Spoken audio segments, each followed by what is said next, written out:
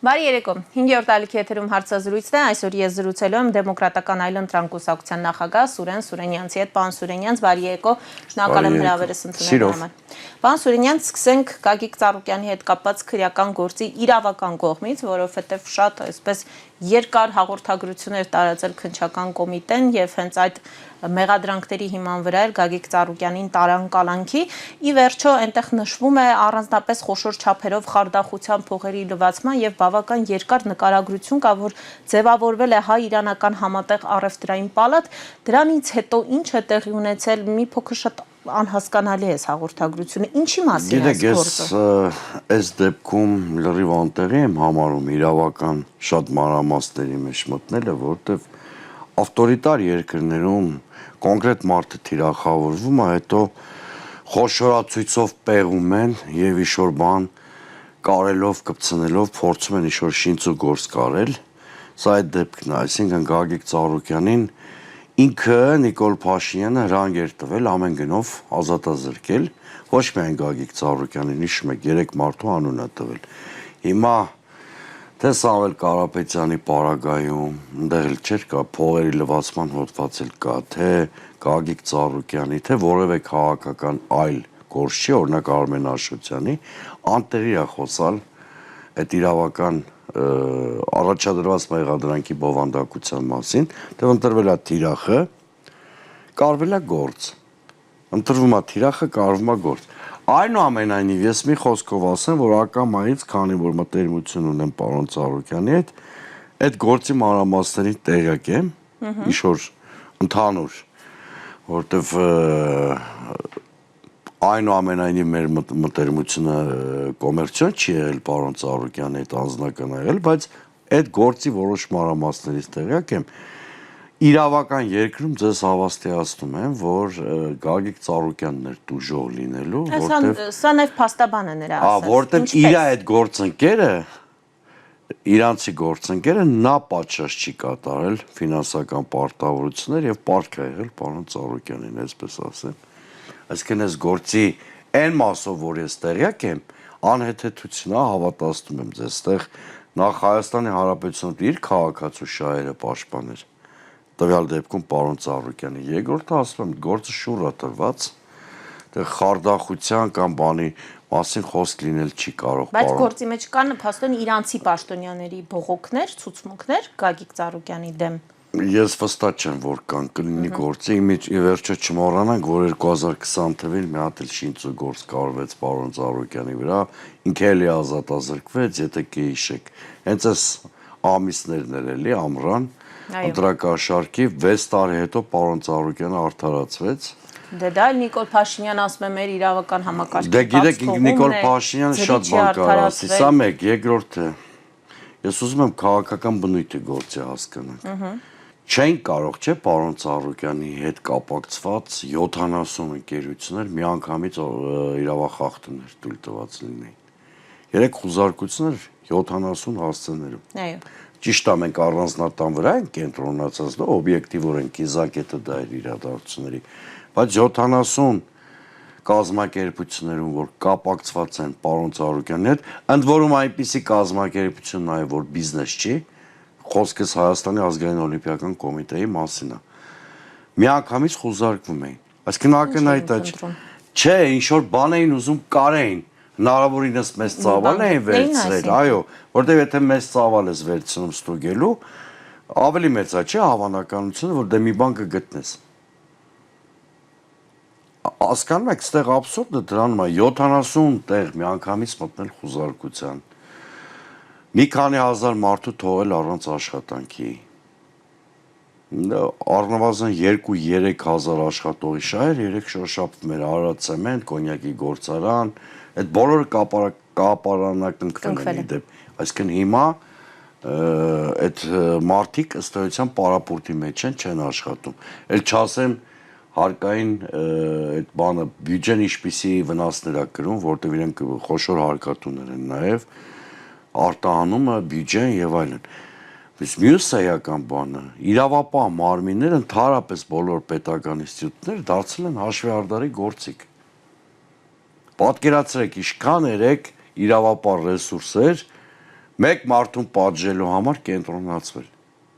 70 հասցե խուզարկությունը, պատկերացրեք, քանի խումբա գործի դրվել, հետո զարմանում ենք, որ հանցագործները վխտում են, իրական հանցագործները։ Եթե իրավապահ համակարգը այդպես զբաղվի քաղաքական գործիչներով, իր ամբողջ ռեսուրսները կենտրոնացնի, դե բնականաբար իրական հանցագործները պարարտ հող կունենան տեսադաշտից դուրս մնալու համար, ճիշտ է։ Լավ, պարոն Սուրենյանց, գալով քաղաքական կողմին, ինչը չեն կարողանում ներել Գագիկ Ծառուկյանին, դուք հիշեցիք նրա նախկինում ազատազրկումը, մեղադրանքը, էլի անձեռնմխելիություն զրկելը, այսինքն ստացվում է, որ Գագիկ Ծառուկյանը պարզապես չպետք է մասնակցի ընտրություններին, որովհետև երբ նա դադարում է մասնակցել, նրան հանգիստ են թողնում։ Տեսեք, ես համոզված եմ, առավել քան համոզված եմ, որ եթե Գագիկ Ծառուկյանը, Սամվել Կարապետյանը, գործարարների մասին եմ խոսում, օրինակ քաղաքական process-ին չմասնակցեին, քաղաքական հայտ չներկայացնեին, այդ մարդիկ իշխանավորների կողմից նույնիսկ շատ հարգանքով խոշոր հարկատուներ կհամարվեին, գուցե նաև ասեին, որ այդ մարդիկ բարեգործներ են,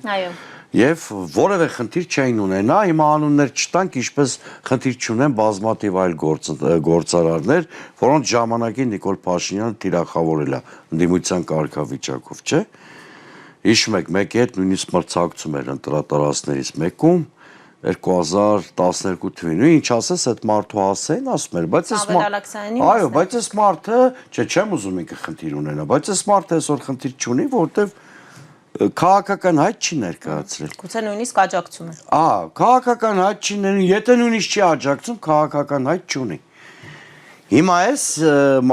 Ծառուկյանը թիրախավորվել է ինչի համար, որովհետև ընտրություններին մասնակցելու համարձակություն ունեցավ եւ սեփական օրակարգ գեներացնելու։ Բայց մի հատ լրացուցիչ պատճառ էլ կար, ինչի համար Նիկոլ Փաշինյանը չի կարողանում իրան ներել։ Ակամայից կամա թե ակամա ավելի շուտ Բարգավաճը դարձավ այն լակմուսի թուղթը, որ բացահայտեց այս ընտրական կամպանիայի ամենամեծ ընտրակեղծիքը, չէ՞։ Այսինքն Բարգավաճի շուրջ էր պտտվում այն 4%-ի բանը։ Իսկ այդ ինչ էր, մենք պիտի ունենայինք 4 ֆրակցիայից բաղկացած խորհրդարան, ունեցանք 3-ը, պիտի որևէ մեկը չունենար որակյալ մեծամասնություն, որպեսզի կարողանար ինքնուրույն սահմանադրական օրենքներ ընդունել, պաշտոնյաներ նշանակել եւ այլն, հիմա ունի։ Լավ, բայց Բարգավաճին զրկեցին այդ բոլոր հնարավորություններից, բայց ոչ լեգիտիմի խարանը մեծավ մասամբ Բարգավաճի պատճառով դաջվեց իր ճակատին, ինչը Նիկոլ Փաշինյանի նման քինախնդիր մարդը ներել չի կարողանում։ Բարգավաճին պարոն Սուրենյանց գործարք առաջարկել են, մերժում եղել է ու դրանից հետո սկսել են։ Ուրեմն ես գործարքից տեղյակ չեմ, բայց տեղյակ եմ մեր անսասան դիրքորոշումից, պարոն Ծառուկյանը հայտարարել է, մեզ էլ օրդորել է, որ ոչ երկիմաստ այդ հայտարարությունները անենք, որ մենք որևէ կոմպրոմիսի գործող իշխանության հետ չենք գնալու, եւ միակ բանը, որ կարող ենք իշխանության հետ քննարկել, դա քաղաքակիրթ հեռանալու պայմանները կարող են։ Դե եթե նման հայտարարություն եղել է, նշանակում է նաեւ կոմպրոմիսի առաջարկն է եղել։ Չէ, ես տեղյակ չեմ։ Կոմպրոմիսի առաջարկից տեղյակ չեմ, բայց ենթադրում եմ, որ իշխանությունը շատ ուրախ կլիներ, կրկնում եմ, թե պարոն Ծառուկյանը քաղաքական պարապուրդի մեջ էր, այլ խոսքով չմասնակցեր քաղաքական գործընթացին։ Գիտեք, առաջարկները ավտորիտար երկրներում ուղիղ չի լինում։ Գործարար համայնքը իշխանության վարքագծից ելնելով ինքնա չէ դիրքավորում, շարժ փորձանքից ելնելով հայկական խոսքը։ Այդ տրամաբանությամբ որոշում են շարժ փորձանքից հեռու մնալ, որպեսզի չթիրախավորվեն։ Թերևս իշխանությունը համարել է, որ բոլոր գործարարները այդ թրի տակով պիտի անցնեն։ Հիմա Ծառուկյանը չի անցել, չի ներվել։ Դրանից առաջ Սամվել Կարապետյանը չանցավ, չներվեց։ Եվ այս քինախնդիր հարցակումները Նիկոլ Փաշինյանի ինքնակոչ Ենոքավանցո, ինչպես ես սիրում եմ նրան կոչել հունիսի 7-ից հետո, որտեղ նա այլևս լեգիտիմ վարչապետ չի, այն երրորդ գյուղցի նկարիչի հետ։ Իրանց այս ջղաձգումները, պրովինցիալ հարձակումները, այս ամենի դրսևորում են, ինքը շատ լավ գիտի, չէ, որ ինքը այլևս լեգիտիմ վարչապետ չի։ Ինչ է ակնկալում ԲՀԿ-ից, պարոն Սուրենյանց։ Չէ, ինքը մենակ ԲՀԿ-ից չի ակնկալում։ Չէ, այս բան մենք առանձին նաև կխոսենք Հիմադրության բոլոր կենտրոնները պիտի վերացվեն։ Հիմա նրա ակնկալիքներն է, որ ԲՀԿ-ն դուրս գա նորից փաստացի հիմա ինքը պարալիզացրել է, եկեք տեսեք այս բանը, քինախնդիր ռեպրեսիվ քայլով ինչ է արել։ Ասում կնքել են բոլոր մեր գրասենյակները, ու դեմոկրատական այլ ընտրանքին չէի նկատի ունեմ ԲՀԿ-ն եւ կոմերցիա եւ քաղաքական մասով։ Հիմա ստայության հասանելիություն չունեն ոչ քաղաքական ստրուկտուրան, Ծառուկյանի հետ ասոցիացված ոչ բիզնես ստրուկտուրան, ոչ կարողանում են գործել ֆինանսական այդ հասանելիությունը չունեն իրենց հաշիվներին եւ այլն, այսինքն ինքը ստայության պարալիզացրել է եւ Ծառուկյանի տնտեսական բլոկը եւ քաղաքական բլոկը։ Այսինքն այս ռեպրեսիայի նպատակը շատ թափանցիկ եւ հստակ է։ Այնպես անել, որ այդ գործոնը չեզոքացվի։ Սա մարսեց անցնելու է քաղաքական մյուս ուժերին։ Անունները տվել է, չէ՞։ Այո։ Այս դեպքում վստահ եղեք, ինքը շատ 3 առաջնորդների։ Էսի հո Արցախի վերաբերյալ խոստում չի, որ 2021-ին դա դրժի կամ սա իր իշխանությունը իհարկե միանշանակ սպասեք։ Պարոն Ծառուկյանի շրջապատում էլ կային մարդիկ իմ գործընկերների մեջ, որ թերավատ էին, մտածում էին նախընտրական կոշտ ռեպտորաբանություն անի Նիկոլ Փաշինյանի մոտ եղել, ընտրություններից հետո աստիճանաբար կհանդարտվի։ Դե տենց լինում է, չէ՞, մեկ նախընտրական արշավի ժամանակ էսկալացիան պիկին է հասնում, ու շատ տարբեր երկրներ։ Առավել եւս, որ նա իշխանություն է ձևավորել այնուամենայնիվ։ Ճիշտ է։ Ժանրի կանոնները հուշում են, որ նախընտրական էսկալացիաներին բոլոր նորմալ երկրներում հաջորդում են ընդհակառակը։ Ավելի համերաշխության։ Այո։ Բայց դեպքում ինչու է հակառակը։ Որովհետև ինքը լավ գիտի, որ իր բոլոր մեղքերին եւ հանցագործություններին ավելացել է եւս մեկը։ Վերջի ձեռքբերումը իր, որ անդադ է տերեսով էր տալիս, բոլորիս աշկներ մտցնում, այդ իր վստահության մանդատներ, չէ, հիշում եք, չէ, ինչքան այլանդակություն է դրա անվան տակարը։ Եկեղեցու դեմ ասպատակում էր այդ մանդատով։ Արցախը հանձնում էր այդ մանդատը վկայակոչելով։ Ես ունեմ այդ մանդատը, ես անելու եմ ամեն ինչ, որ գրել եմ։ Ինչքան կասի, բոլորը հիշում են, որ մի խմբակցության կամ 60,000 քաղաքացու կվե գողացել են։ Լավ, հիշում եմ, բայց դա հետո ինչ է փոխելու։ Գիտեք, այդ ոչ 21-ին էլ ընդդիմությունը ասում էր կգնանք անդադերեսով կտանք, թե դու Արցախ ես հանձնել պատերազմում պարտվել ես, հետո նա 5 տարի մնաց իշխանության։ Վկայակոչում էր, հիմա 5 տարի իշխանության չի մնա։ Հենց էտա փոխվել։ 2021-ին ինչ էլ ուզում ա մեղադրենք, բայց այնուամենայնիվ ընտրությունների արդյունքների լուրջ վիճարկում չկար։ Այս կարգի խախտում։ Դե 7 ուժի չկար, բայց էլի ընդդիմադիր ուժերը Եկեք խորքը ծավալը տարբեր ենք, հա։ 2021-ին չկար ԿՀ մի հատ որոշում, հա, իդեալական չեն եղել։ Հա, որ մի ամբողջ ուժ որ մի ամբողջ, դե որ մի ուժի խնդիրը չէ, ազգային ժողովի քաղաքական խճանկարի փոփոխության խնդիրն է։ Այլ բանա, որ դու 3-5-րդ ունես, այլ բանա, որ ռաժոկով կներեք արտահայտությանը մեծամասնություն ունես։ Դրանք լրիվ տարբեր իրավիճակներ են։ Եվ ինքը շատ լավ գիտի հիմա, որ իր իշխանության պահպանման միակ գրավականը ռեպրեսիվ մեքենան է։ Հիմա դուք ասում եք, ինչ եմ ես վստահ, որ 5 տարի չի մնա, որովհետև այդ ռեպրեսիվ մեքենան ամբողջ ծավալով ընթացքի մեջ տնելը վերջի փամփուշտի պես մի բան է։ Ցանկացած մեքենա, ինչպես եւ ցանկացած մեքենա, ռեպրեսիվ մեքենայի ատամները եւս մաշվելու հատկություն ունեն։ Իսկ գալու եմ այդ պահ, որ կալանավորումները, ձերբակալումները, կուլակաթափությունը, դեպ այս process-ում շեշտված նաեւ կուլակաթափության բաղադրիչ կա։ Այդ բոլորը այլևս էֆեկտ չեն տալու։ Որն է այդ պահը, նաև ընդդիմադիր ուժերի հայտարարության մեջ, որին նաև միացել էր ձեր կուսակցությունը, գրված էր, որ իշխանությունը գնում է ընդդիմադիր ուժերին գնխատելու ճանապարհ։ Բայց եթե գնխատում է ընդդիմադիր ուժերը, դրանից հետո ինչպես են իրենց կենսագործունեությունը շարունակելու։ Հասարակական դժգոհություն դրանից վերանում, հա։ Ուր է այդ հասարակական դժգոհությունը։ Տեսեք, հենց ամենավատ Հիմա պարոն Ծառուկյանը տանում են կալանքի, ուր է հասարակական դժգոհությունը։ Այդ ամենավատ բանն եք դուք արձանագրում։ Ամենավատ բանն եք դուք արձանագրում, երբ որ ընտրություններով ընդդիմությունը չի կարողանում գալ հաջողության հասնել, ինչպես էս դեպքում մեր հետ ա եղել, չէ, բոլորիս։ Եվ դրանից հետո էլ ռեպրեսիաներ են հաջորդում, հասարակական դժգոհությունը ոչ միտեղ չի անետունում, ուղղակի հասարակությունը սկսում է ապաթիայով եւ ամստահությամբ վերաբերվել նաեւ ընդդիմադիր ուժերի։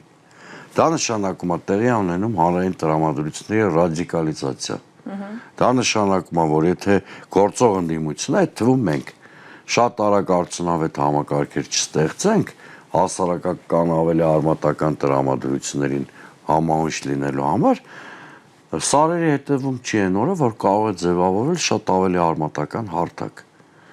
որը շատ ավելի հեղափոխական կլինի եւ իր վարքագծում շատ ավելի կտրուկ կլինի, որտեվ հասարակական դժգոհությունը որևէ տեղ չի անհետացել։ Նկատենք ինքնաբուխ ձևավորվի, եթե ընդդիմությունը կոպիտ ասած իր տեղում կամ ինչ որ գործիչներ կան, որոնք հիմա կարող մեր աչքին շատ տեսանելի չեն, իրանք շատ ավելի արմատական օրակարգեր առաջարկեն եւ հասարակական տրամադրություններին ավելի ներդաշնակ կնան։ Կարող է գործող ընդդիմությունը ի վերջո ավելի արդյունավետ համակարգ։ Լավ, հիմա կանք ներկային եւ գործող ընդդիմության։ Հիմա ապաթիայի փուլ է։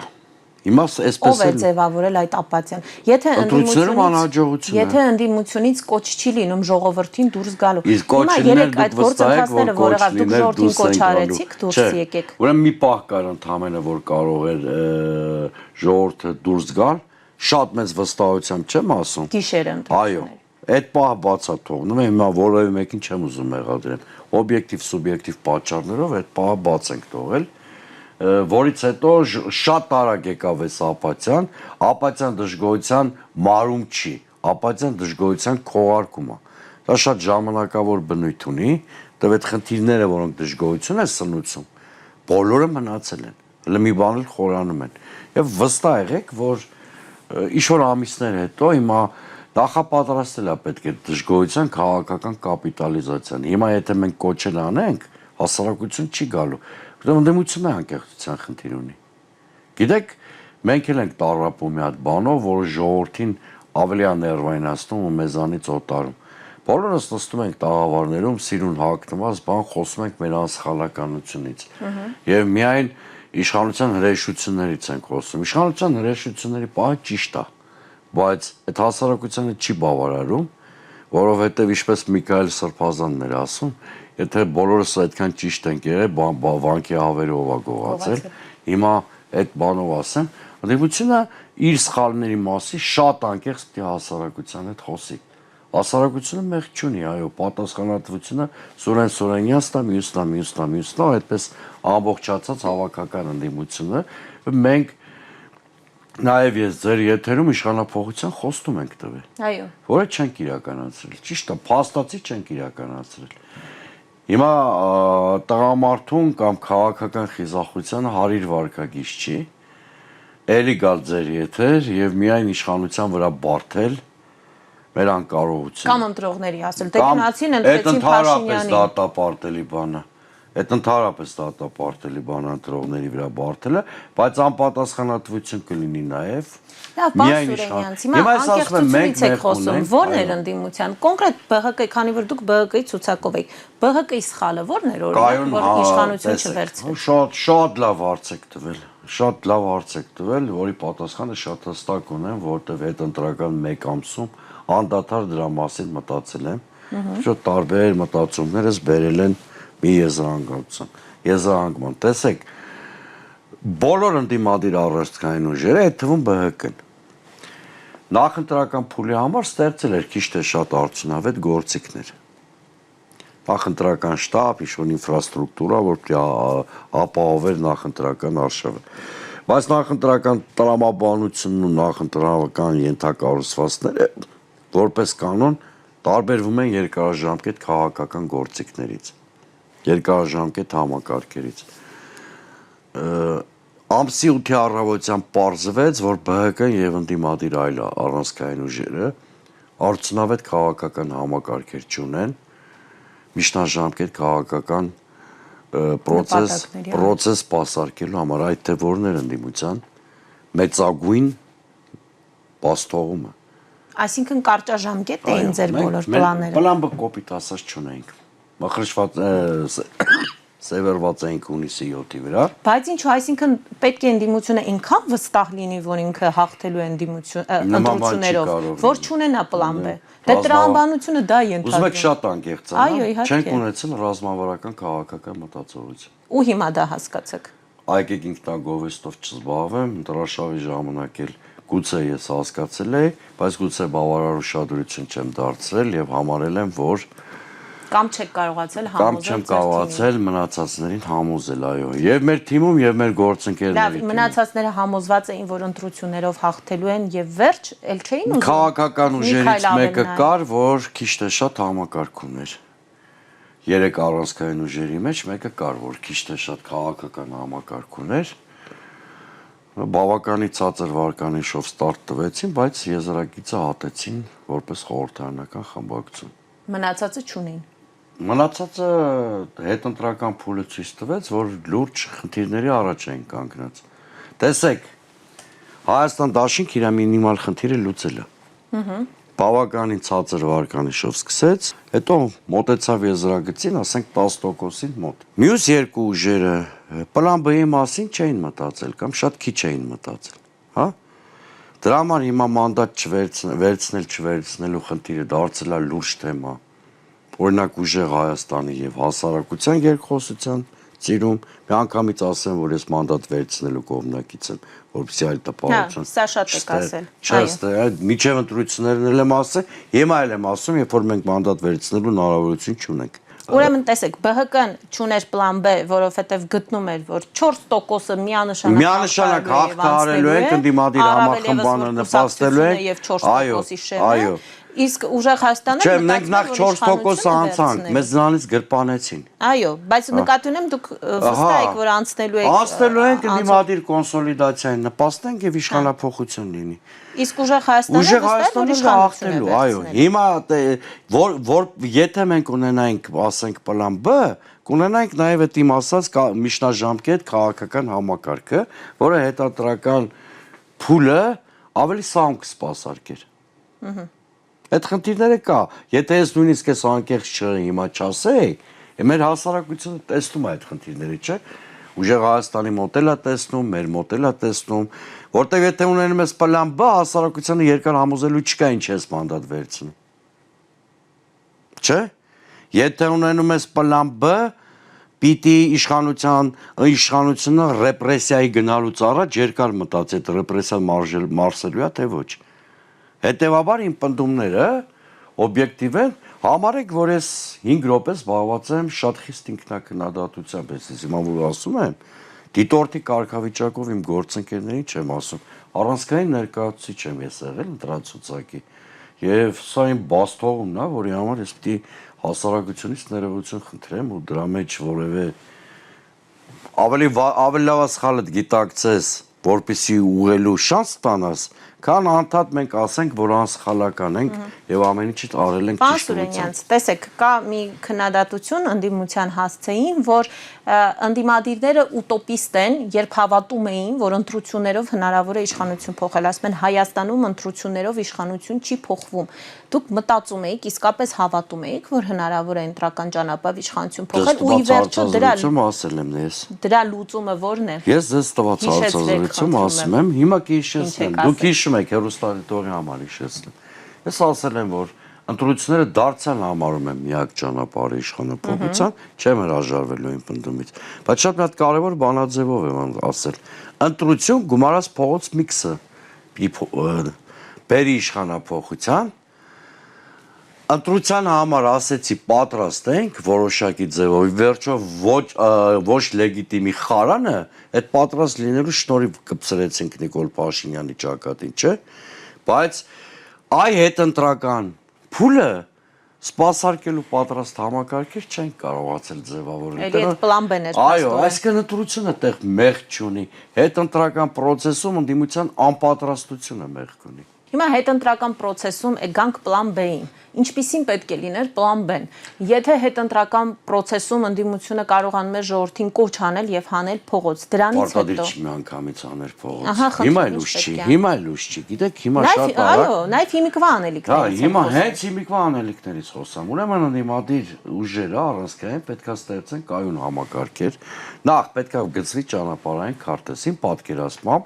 եւ սա քաղաքագիտական մի շարք ճշմարտությունների համադրմամբ է մեզ պնդում անում, որտեղ մենք համաշխարհային փորձից մեկուսի ինչ-որ բան չենք, երկիր ենք, որը այնուամենայնիվ համաշխարհային միտումներին, համատեքստին ներդաշնակ է շարժվում, իր բոլոր առանձնահատկություններով հանդերձ։ Նման ռեժիմները գոյատևելու ռեսուրս ունեն տարի ու կես, 2 տարի։ Եթե արդյունավետ այլընտրանքային համակարգեր ես կարողանում ձևավորել, որոնք շատ մտածված ճանապարհային քարտեզ են մշակում, չափելի անգրվաններով, քաղաքական նորակարգեր են գեներացնում, փողոցի գեներացիայի մասին են մտածում նաև խորհրդարանական սահմանափակ ռեսուրսի արդյունավետ օգտագործման։ Այս բոլորի ճիշտ համադրումը բերելու է նրան, որ տարի կես հետո այս իշխանությունը վախճան է ունենալու, որտեղ նման ընտրություններով վիճահարույց երկար կյանք այս իշխանությունը չի ունենա, որտեղ այս ընտրությունները միայն խորացնելու են իշխանության ճգնաժամը եւ քանի որ կաղ լեգիտիմություն ունի, ինքը նաեւ միշտ արտաքին է տուրբուլենտությունը մեծացնելու է երկրի շուրջը, դեռ ստիպված ալնելու ցավոտ ընտրություններ անելու, այսինքն Արևմուտք Ռուսաստան այդ կոշտ Ադրբեջանի ստանձնած պարտավորությունները կատարումը մյուս կողմից կա դիմադրություն հենց հունիսի 7-ին ընտրությունների արդյունքների բերումով եւ այլն։ Այս բոլորը հասցնելու է փակուղային իրավիճակի, դու պիտի կարողանաս այդ փակուղային իրավիճակի քաղաքական կապիտալիզացիան ապահովել 1.5 տարում, բայց դա չի նշանակում, որ ընդդիմությունը անգործ պիտի նստի երաշխի սպասի։ Այ հիմա ձեր ասած մենք այսօր փորձում ենք բոլոր հայտարարությունները փորձել բացել հասարակության համար, որովհետև շատ հեշտ է գալ նստել ասել ունենանք արդյունավետ համակարգ իրականացնենք իշխանապողություն։ Հիմա հենց դա եմ ուզում հասկանալ, այդ որ ասում եք պետք է կարողանա ձևավորել արդյունավետ համակարգ, դա ո՞րն է։ Դա ասում եմ, դա առաջին հերթին կուսակցական ստրուկտուրաներն են, դրանք առաջին հերթին ճանապարհային քարտեզն է, հստակ գիտակցումը, տարվա կեսվա ճանապարհային քարտեզ է մշակում, հաշվարկում ես այն մարտահրավերները, որոնք ճգնաժամի առաջ են կանգնեցնելու իշխանությունը, ընտրում ես այն 3-4 թիրախները, որոնք առաջնահերթ են հասարակական սպասումների առումով, նաև փակուղային իրավիճակ են ստեղծելու իշխանության համար եւ ամենակարևորը շատ հասարակության հետ կոմունիկացիայի շատ արդյունավետ մեխանիզմներ է ստեղծում։ Հասարակության հետ մաքսիմում անկեղծ պիտի լինել եւ մաքսիմում հասարակությանը իրատեսական մեսիջներ պիտի տաս առանց սուտ խոստումների, որ հեսա X օր էս կանեմ, Y օր են կանեմ։ Նման վիճակ Հայաստանում եղել է, ուղղակի այն ժամանակ դա բերեց ներիշխանական վերադասավորումների, որտեղ ընդդիմությունը չկարողացավ այդ խնդիրը լուծել։ Որ թվականին 1996։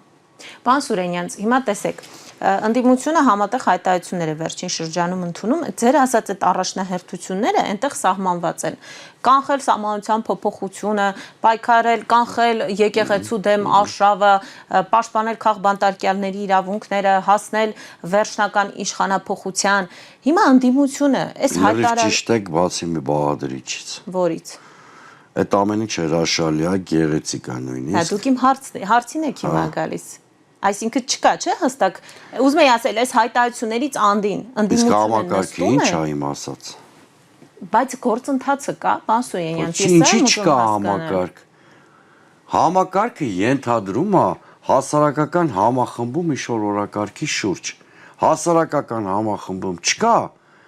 որտեվ կներեք, հասարակությունը ասում է մի կողմից իշխանությունն է գլուխ արտուկում, մյուս կողմից ընդդիմությունը։ Ընդդիմության անկեղծությունը միջև վերջ չի, անկեղծությանը միջև վերջ չի հավատում հասարակությունը։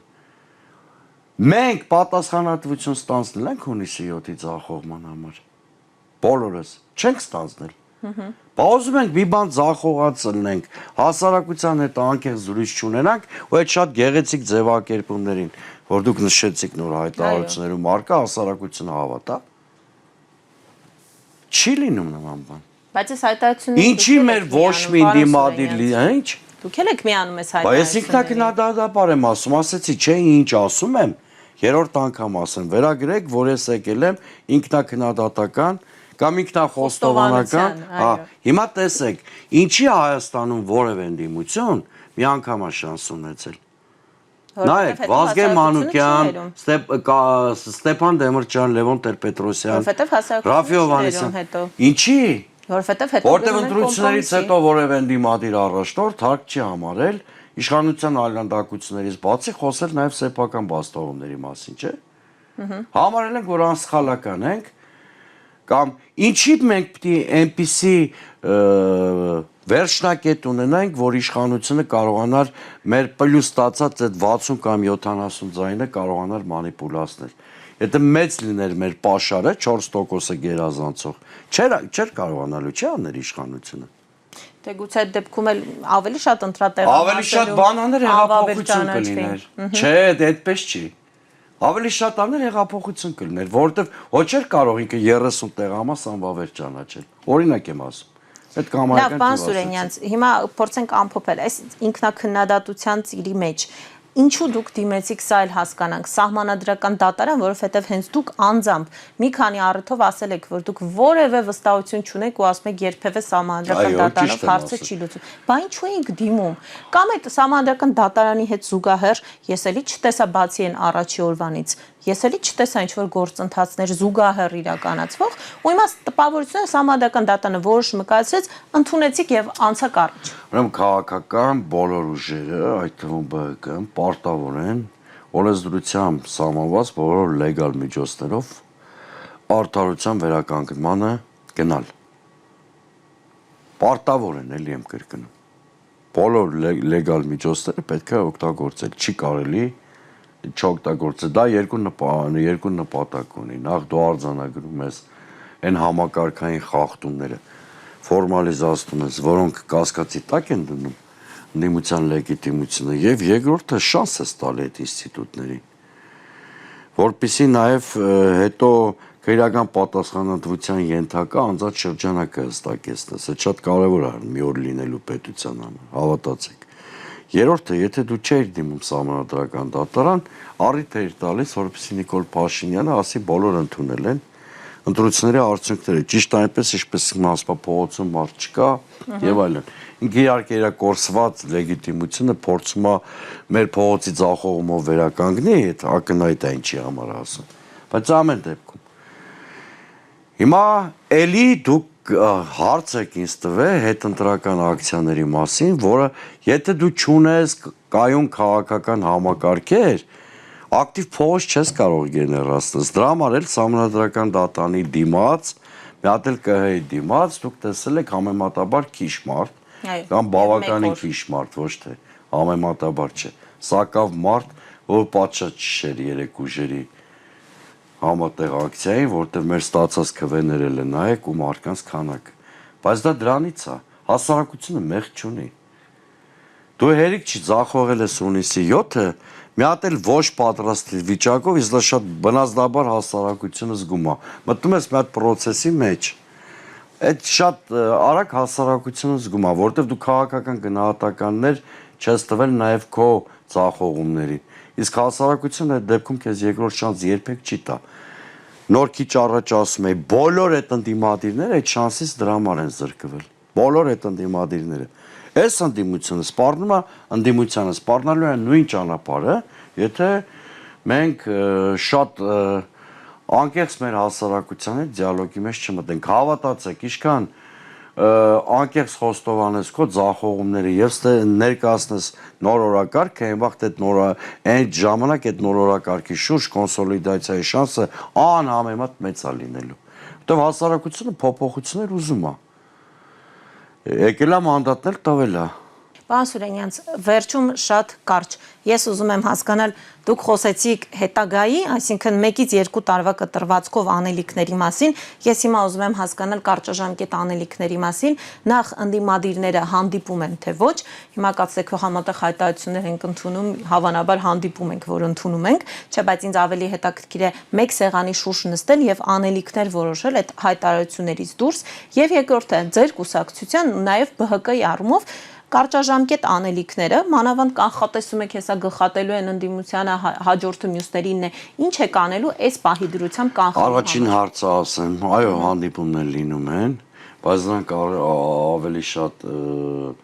ֆրագմենտացված ձևով են լինում, ոչ թե այդ մի սեղանի շուրջ, ինչպես դուք ասեցիք, բոլորս բոլորի հետ հանդիպում ենք, բայց դա առանձին ինստիտուցիոնալ բանի բնույթ առայժմ չունի։ Ես շատ անկեղծ պիտի ասեմ, որ կոնսոլիդացիայի գաղափարն ու քննարկումը կա, բայց կոնսոլիդացիայի բովանդակությունը մեթոդոլոգիան առայժմ չկա։ Եթե լիներ, դուք ավելի որակյալ կոնսոլիդացիայի մա կտեսնեիք։ Բայց հայտարարություն է, որ ընդունում են դա բովանդակությունը, չէ։ Դա բանն է, անոնսավորումն է։ Ճանապարհային քարտեզը չկա։ Կոնսոլիդացիան գործողություն է, միայն գեղեցիկ հռչակումներ չեն։ Գործողություն է։ Եթե դուք գործողության մասին, օրինակ, գործողությունները շատ վատ են կարել։ 2 ձեր ասած ցույցերը, 3 Գագիկ Ծառուկյանի առանձնատան կամ դատարանի մոտ մարկանց թիվը, իսկն ցույց է տալի, որ մենք այս կետերի շուրջ համախոհենք, բայց այս կետերից բխող գործողությունների մշակում դերևս չունենք։ Հակառակ պարագայում դուք շատ արդյունավետ կոնսոլիդացիայի մասին առիթ կունենայիք հարց տալու, ոչ թե կասկածով, լեգիտիմ կասկածով հարցը կտայք։ Իսկ ինչ վերաբերում է մեր խնդրին։ Շատ կարճ։ Շատ կարճ, ես ծրագիր ունեմ, միջև պարոն Ծառուկյանի կալանավորվել է, իր հետ եմ զրուցել, հիմա մյուս գործընկերների հետ ենք զրուցում, հիմա դա նաև մեր համար արժանապատվության եւ ինքնասիրության խնդիր է, այս ֆորս մաժորի բերումով ավելի արագացնենք այդ համակարգի ձևավորումը, որ մեր ընկերոջը նախ կարողանանք պաշտպանել, բայց նաև նպաստ բերենք ընդհանուր ընդդիմադիր շարժման կոնսոլիդացիային կարողացանք անենք, ի պատիվ մեզ չկարողացանք, ուրեմն հասարակությունը իրավունք ունենա մեզանից հիասթափվել։ Ես շնորհակալ եմ ձեզ, անկեղծության երեկո այսօր ստացվեց։ Փաստացի։ Ես հիշեցնեմ, որ զրուցում էի Դեմոկրատական այլընտրանք կուսակցության նախագահ Սուրեն Սուրենյանցի հետ, մենք կհանդիպենք վաղ նույն ժամին, լավ եղեք։